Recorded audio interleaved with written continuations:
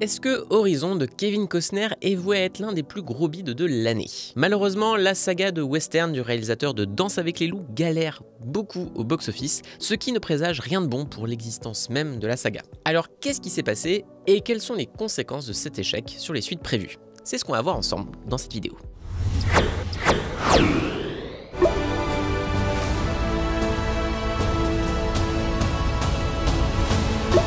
Bonjour à tous, c'est Antoine et aujourd'hui je reviens parler d'Horizon, une saga américaine, après ma critique très mitigée sur ce film que j'attendais beaucoup.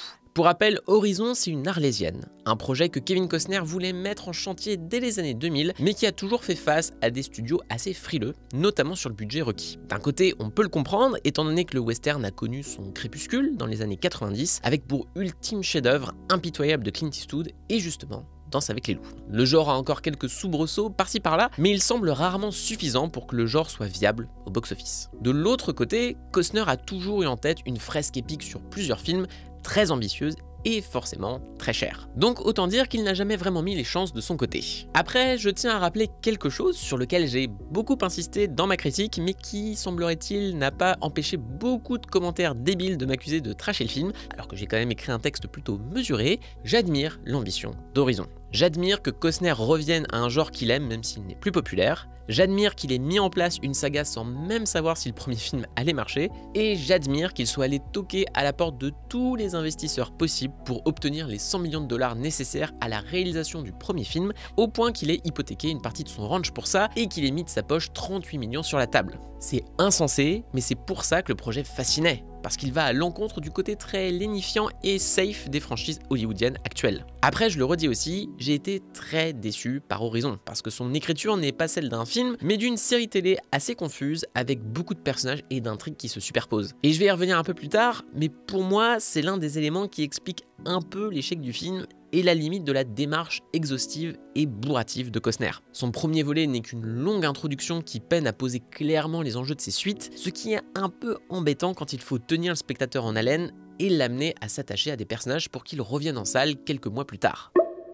Hello, je m'incruste pour vous parler de quelque chose qui se porte bien mieux que le box-office de Horizon, à savoir le catalogue de Filmo. Filmo, c'est une plateforme de SVOD dont on est partenaire et régulièrement on a le droit de piocher dans leurs nombreuses sélections pour en souligner la richesse. Et alors cet été, j'ai sauté sur l'occasion puisque dans les nouveautés se trouvent deux de mes films préférés. Le premier, c'est un western qui s'appelle Le Grand Silence. Ce chef-d'œuvre de Sergio Corbucci est connu pour différentes raisons, notamment pour ses paysages enneigés, qui transforme un peu, mais pas trop, le décorum habituel du genre, ainsi que pour son casting, opposant quand même Jean-Louis Trintignant à un Klaus Kinski plus qu'en forme. Mais moi, ce qui me sidère, c'est la noirceur hallucinante qu'il développe, dans la lignée de Django, déjà particulièrement violent pour l'époque. La blancheur éclatante des arrière-plans ne fait que mettre d'autant plus en avant son nihilisme, lequel est de plus en plus présent, jusqu'à un final juste mais hallucinant, probablement un des climax les plus marquants de l'histoire du 7e art. Et pour rester dans le feel good, comment aurais-je pu louper la sortie sur la plateforme de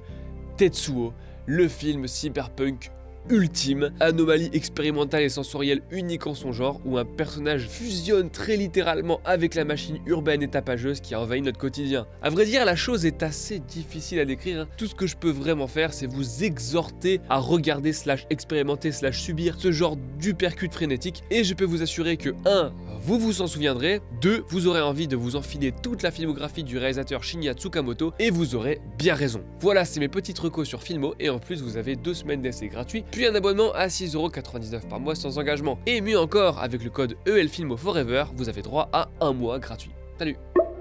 Pour rappel, Kevin Costner voit en Horizon une tétralogie, dont il a tourné les 2 premiers épisodes en même temps, ce qui lui a permis d'assurer à ses 2 premiers films des dates de sortie rapprochées, le 28 juin et le 16 août aux États-Unis, et le 3 juillet et le 11 septembre en France. Alors depuis, les choses ont changé, et je vais y revenir, mais je me suis toujours interrogé sur ce modèle de sortie depuis qu'il avait été annoncé. Qu'Horizon 1 soit un succès ou pas, c'est très bizarre de sortir le deuxième dans la foulée. Ça laisse peu de temps au premier d'exister sur les canaux de diffusion après la salle de cinéma, et donc de récupérer les potentiels retardataires intéressés. L'effet boule de neige, c'est qu'Horizon est forcément voué à perdre petit à petit des spectateurs, comme c'est d'ailleurs souvent le cas sur les séries télé. À titre de comparaison, Les Trois Mousquetaires a espacé entre avril et décembre les 2 volets, pour être sûr que les spectateurs aient eu le temps de voir le premier en salle, en DVD ou en VOD avant le 2, et donc au passage de créer de l'attente. Là, ça donne juste l'impression qu'il faut se forcer à suivre le rythme, ce qui rend la saga de Costner encore moins aimable qu'elle l'est déjà. C'est d'ailleurs la question que je me pose.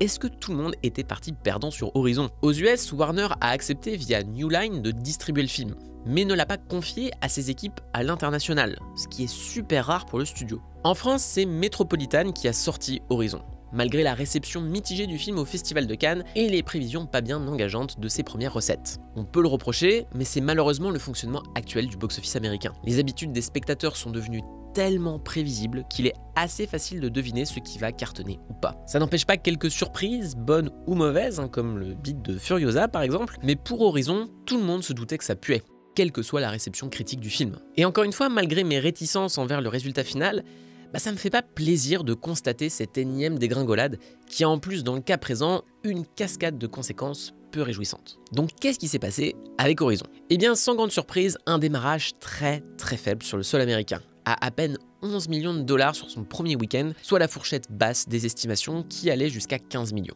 Pour vous donner un ordre d'idée, c'est à peu près la somme récoltée durant ce même week-end par Bad Boys 4 alors qu'il en était à sa 4e semaine d'exploitation. Horizon s'est donc retrouvé à la 3e place du classement hebdomadaire, derrière Vice Versa 2 et Sans un bruit jour 1, et au bout de son 4e week-end d'exploitation, il est déjà sorti du top 10 aux US. Autant dire que pour un film de ce calibre, c'est vraiment la cata. À l'heure actuelle, Horizon a récolté 32 millions dans le monde, dont 28 sur le sol américain, qui reste pour un western son terrain de jeu principal assez logique. Donc c'est vraiment pas terrible. Malheureusement, ces chiffres ne devraient pas tant évoluer puisque le film a connu le parcours désormais classique de ce genre de bid. Puisqu'il n'y a pas de chronologie des médias aux US, Horizon a été proposé en VOD seulement 3 semaines après sa sortie, ce qui veut aussi dire par extension que le film est dispo en téléchargement illégal. On sait que c'est souvent le dernier clou dans le cercueil d'une sortie désastreuse qui essaye de sauver les meubles, et j'étais d'ailleurs revenu sur cette mode dans une autre vidéo. Après, il est important de préciser qu'en juin 2023, le New York Times a sorti un article sur les chiffres assez impressionnants de la VOD. Selon l'article, la VOD forme avec le cinéma 2 modes de commercialisation différents,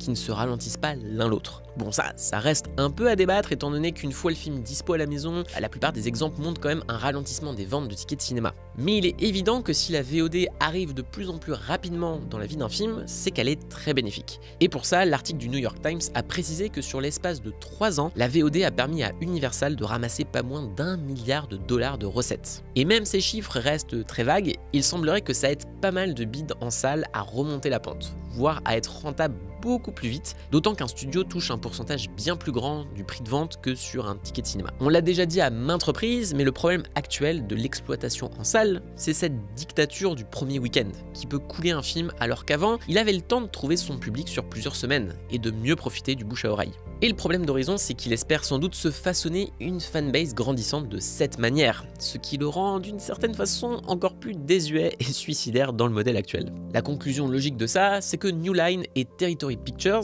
la société de production de Kevin Costner, ont repoussé à une date pour le moment indéterminée la sortie d'Horizon 2. Ils l'ont annoncé dans un communiqué, en précisant que la stratégie, c'est de permettre à plus de gens d'avoir le temps de rattraper le premier volet avant la sortie du deuxième, que ce soit par la VOD ou la sortie prochaine du film sur Max en streaming. Metropolitan s'est d'ailleurs aligné sur cette stratégie et pour l'instant, il semblerait que le chapitre 2 sorte quand même avant la fin de l'année. Maintenant, il y a une question très simple. Est-ce que ça va avoir des conséquences sur les suites prévues par Costner?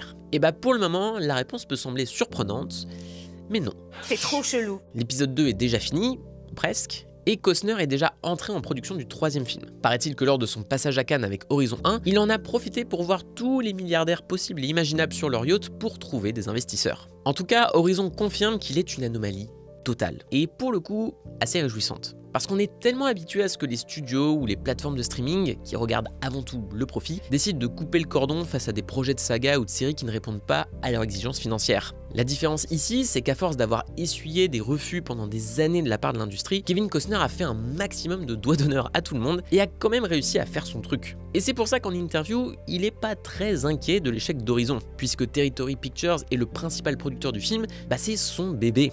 Et s'il décide de dilapider sa fortune pour faire les 4 films, a priori, il devrait y arriver. Voilà d'ailleurs ce qu'il a pu dire à Deadline en entretien. La réalité là-dedans, c'est que le film existe, et peu importe les habitudes du public, j'en suis le propriétaire pour le restant de mes jours. Tous les 5 ans, je peux vendre les droits à travers le monde, les revendre ici, en Amérique. La différence, c'est que j'en suis le propriétaire, vu les risques que j'ai pris. Pourquoi les studios sont-ils là? Parce que ces films continuent à rapporter de l'argent, bien après leur week-end de sortie. En soi, il a raison de pointer ça du doigt. Oui, les habitudes des spectateurs ont changé.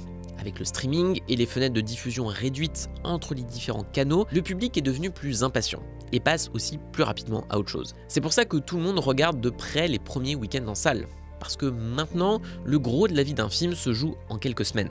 Et c'est encore pire depuis que le DVD, et le format physique en général, se cassent la gueule niveau vente. Parce que ça pouvait vraiment donner à certains films une seconde vie. Mais il est vrai que sur le long terme, rien n'empêche Costner de rentabiliser Horizon. C'est juste que ça sera loin d'être immédiat, et ça se fera au travers de canaux pour lesquels les médias comme nous avons très peu de chiffres à analyser. Ironiquement, je pense même qu'Horizon va sans nul doute vivre sa meilleure vie en streaming, même si Costner l'envisage comme une grande fresque épique de cinéma qui renvoie aux classiques du genre. Encore une fois, dans son foisonnement, c'est écrit comme une série télé, qui alterne les points de vue et les intrigues pour les regrouper dans le futur. C'est d'ailleurs sans doute pas un hasard si la dernière grosse actu autour d'Horizon n'est autre qu'une rumeur comme quoi Netflix aurait approché Kevin Costner pour l'épauler sur le financement des épisodes 3 et 4. L'idée serait de diffuser tout Horizon à quelques mois d'intervalle sur la plateforme, voire de la transformer en mini-série. Tout ça reste encore flou et à prendre avec des pincettes, mais si vous voulez mon avis, ça reflète un peu le côté bicéphale ou le cul entre deux chaises d'Horizon, entre son côté cinéma de papa à l'ancienne et sa modernité narrative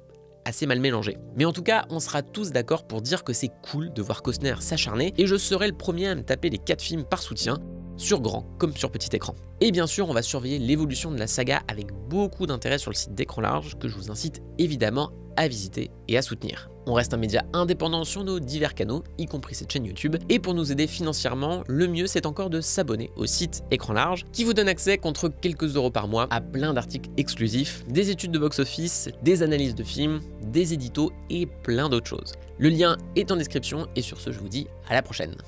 Ciao.